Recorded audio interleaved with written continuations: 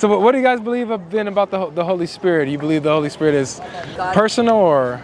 God's active force. I mean, when you think about all the things the Bible says that He used it for. He used it for creating the earth. It says, to and fro over the planet, forming the earth. So He used His power for that. He says He used the Holy Spirit to inspire men to pen the Bible. Right. So He used His power for that.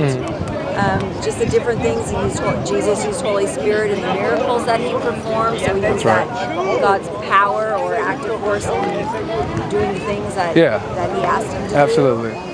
do. So would you say, because like that's interesting, because you do see that. You see in the Bible constantly the Holy Spirit being used as God's power or presence, things of this nature. There's interesting language that it uses to me that kind of implies the personhood, like Comforter. Yeah, comforter, that He talks, that He gives commandment, or it refers to Him like in a masculine noun, like pronoun says He sometimes. But it could be like personification, like wisdom or stuff like that. But so the difference that I see is that there's a context where the Holy Spirit like speaks in real time, not like as in a story like wisdom, but literally gives commands and things of this nature, like the Holy Spirit said. Or so who do you think would be giving that Holy Spirit its power to speak? Well, I would think that based on what I read, that the Holy Spirit like inherently has that ability, like those attributes to communicate. Right? Obviously, He works from the Father. Right? The Father orders everything. Right? But inherent, like the Father ordered Jesus to do everything, and he obeyed. Right. So, but Jesus, He's inherently a person. He inherently has the ability to communicate and teach. So I would think that it says the same thing about like the Holy Spirit, a good way to find out and to be sound in it.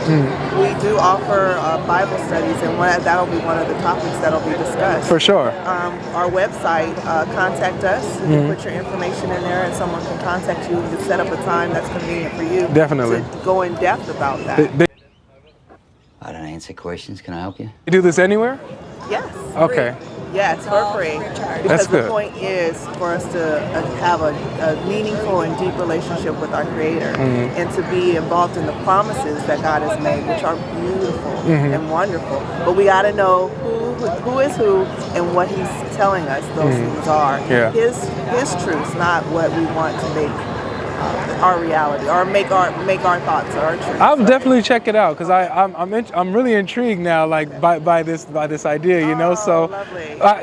I guess just a couple of questions before I go, like just about because the Holy Spirit is really important to me. Okay, so what do you guys think about the verses that talk about the Holy Spirit being grieved or things of this nature? Like what do you guys think about that?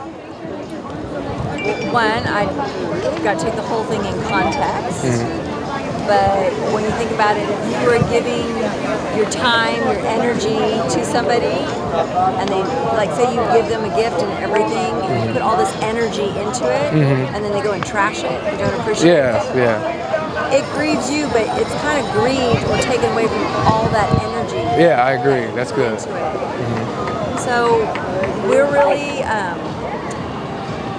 big on, but I wanted to say is looking at the whole Bible, like the whole thing. Is there an inconsistency? Well, if there is, there's only one author to the Bible, right? It's God. God. That's right. So He's not going to contradict Himself on anything.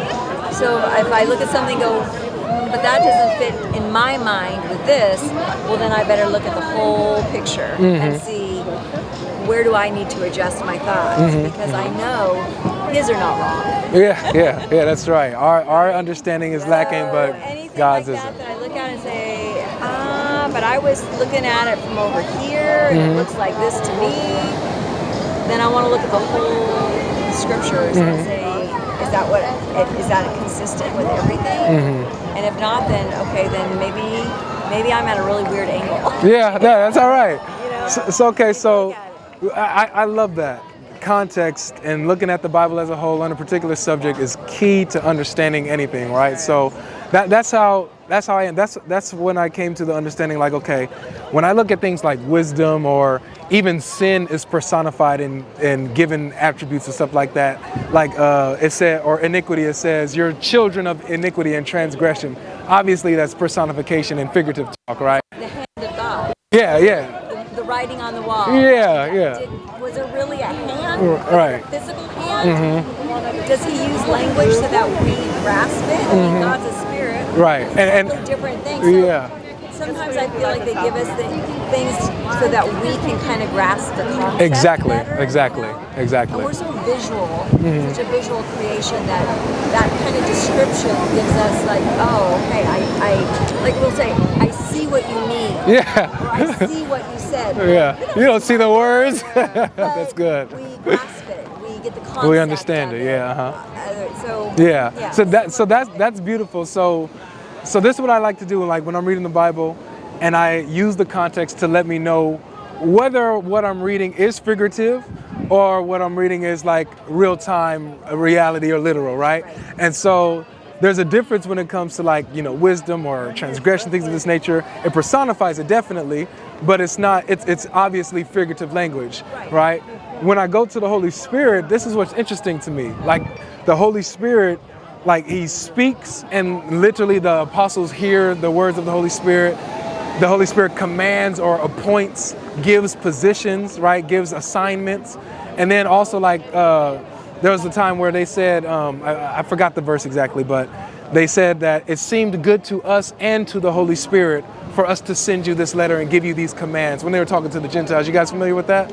So I'm looking at these, I'm like, okay, like to me, it seems pretty clear in these contexts that the Holy Spirit has personhood. I think it would be important to know that, so. I think it's important too. And I think you have awesome questions.